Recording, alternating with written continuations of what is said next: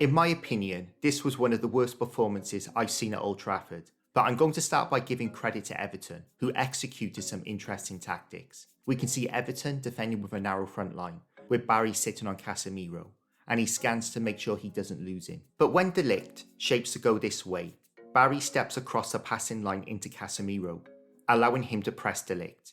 In addition, this was an aggressive high line from Everton, considering they're not quick at the back. Barry forces De Ligt backwards, and then goes after Yoro, forcing him backwards. We have a similar situation here. As De Ligt shapes to go right, that's the trick for Barry to step across the passing line into Casemiro to press, and United go sideways, then back. Before Everton went down to 10 men, the combination of the clever way Moyes used Barry to cut off the passing angle into Casemiro while pressing, in combination with the high line, put pressure on United's attempt to build up the play.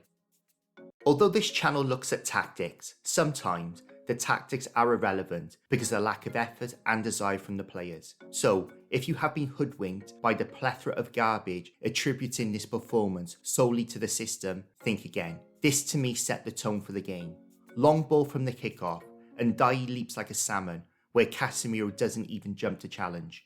Tone set. Same phase of play, 4 players get attracted to the ball. Dewsbury Hall gets the ball in a pocket with another 3 players around him, but no one engaging. If we look at the flight of this ball, it's not pinged, more floated.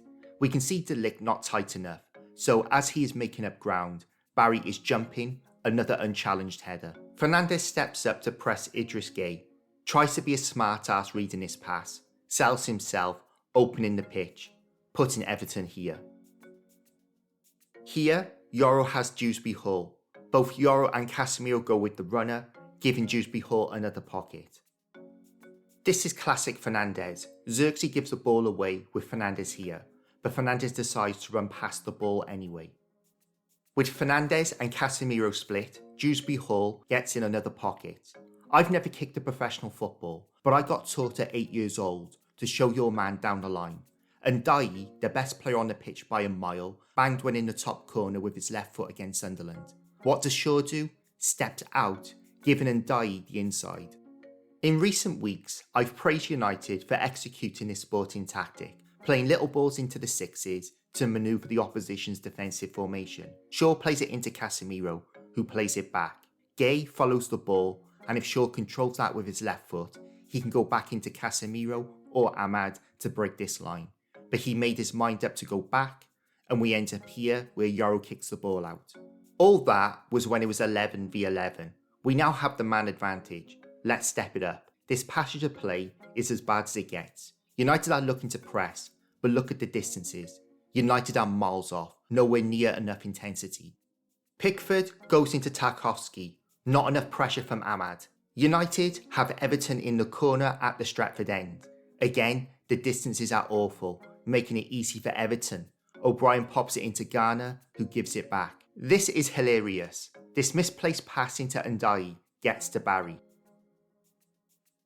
Barry plays it back to Garner, and as this play progresses, Ndiaye runs into Fernandes, so the hack man knows he's there. In addition, instead of Casemiro dropping back in, he checks.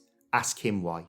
Fernandes just lets Ndiaye run off him, and he gets the ball in another pocket, with United's midfield treading water. But United were equally as bad with the ball as they were without it. Rule 101 against 10. Get the ball out wide to stretch the defensive line. The ball comes out to Shaw. Poor first touch allows O'Brien to apply pressure, and a poor cross. Mazraoui has a decent corridor to aim for, but another poor cross. Sadly, Mbeumo got involved also. Amorim has been trashed for his tactics when Everton went down to 10 men, and there is some merit to some of the critique, but the football intelligence of the players needs to be questioned. In this situation, United make it so easy for Everton to defend. We got 4 players going to the ball, with Dorgu inverted. This allowed Everton to tuck in. United get the ball out, but with Ahmad and Dorgu on the same horizontal line, this allows Everton to stay compact. It's an easy pass on, and Everton are reset. The tactics before the game may have been for Dorgu to invert, but the players needed to show some in-game initiative and play what was in front of them. But we are now in the second half and bringing Mount on for Mazraoui, and putting Ahmad at wing back is a significant attacking change.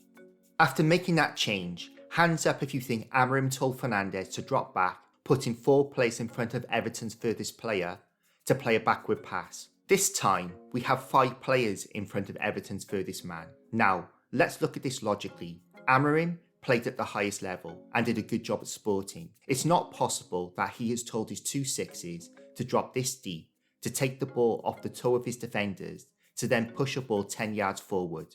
Look at how that allowed Everton to crowd out United's front line. This one creased me up. De Ligt goes to Yoro. From here, Fernandes follows Yoro to take the ball off him. If Fernandes progressed on that side, Yoro has this pass into Mainu with a massive overload that side. But we end up here.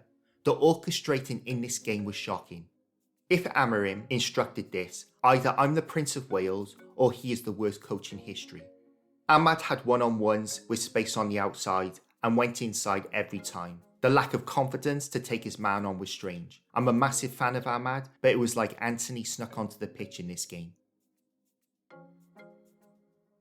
Overall, the quality and decision making was awful. Casemiro is about to play this pass to Shaw and we can see the options and space that side. But that's a shocking pass from Casemiro, allowing Everton's press to challenge Shaw. But Shaw gets there and still has this pass out to Dorgu, but we get that. Same phase of play, Casemiro in acres looking to switch the ball out to Ahmad. The margin of error is huge, but goes through to Pickford. Shaw is looking at Ahmad, just slide him in, but he goes to Dorgu. Similar situation with Ahmad, he just needs to slide that into Mbeumo, but goes backwards. The lack of basic spatial awareness here is crazy. The ball has just been switched out to Dorgu. He looks to go on the outside, and we have 3 players looking to attack the same space. And because of that, Tarkowski doesn't need to step out. Here, Shaw is progressing the play with Fernandes and Mainu taking these lines.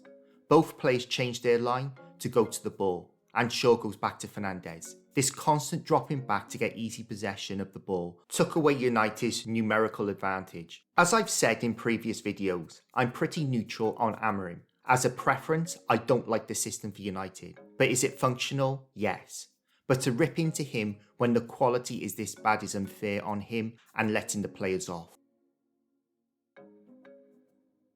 The devil's verdict is, the buck stops with Amorim, but how can anyone critique tactics and formation without acknowledging the lack of football basics demonstrated by the players?